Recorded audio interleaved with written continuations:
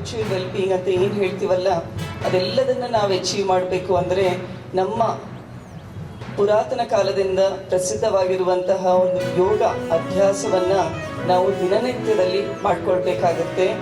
ಯೋಗ ಅನ್ನೋದನ್ನು ಇಡೀ ವಿಶ್ವಕ್ಕೆ ಸಾಕಷ್ಟು ಗುರುಗಳು ಪರಿಚಯ ಮಾಡಿಸಿದ್ದಾರೆ. PKS ಅಯ್ಯಂಗಾರಿಂದ ಹಿಡಿದು ಸಾಕಷ್ಟು ಜನ ವಿದೇಶಗಳಿಗೆ ಹೋಗಿ ಯೋಗ ಸೆಂಟರ್ಸ್ನ ಓಪನ್ ಮಾಡಿದ್ದಾರೆ. ವಿದೇಶಿಯರಿಗೂ ಕೂಡ ನಮ್ಮ ಭಾರತೀಯ ಪರಂಪರೆಯ ಒಂದು ವೆಲ್ನೆಸ್ ಬಗ್ಗೆ ಪರಿಚಯ ಮಾಡಿದ್ದಾರೆ.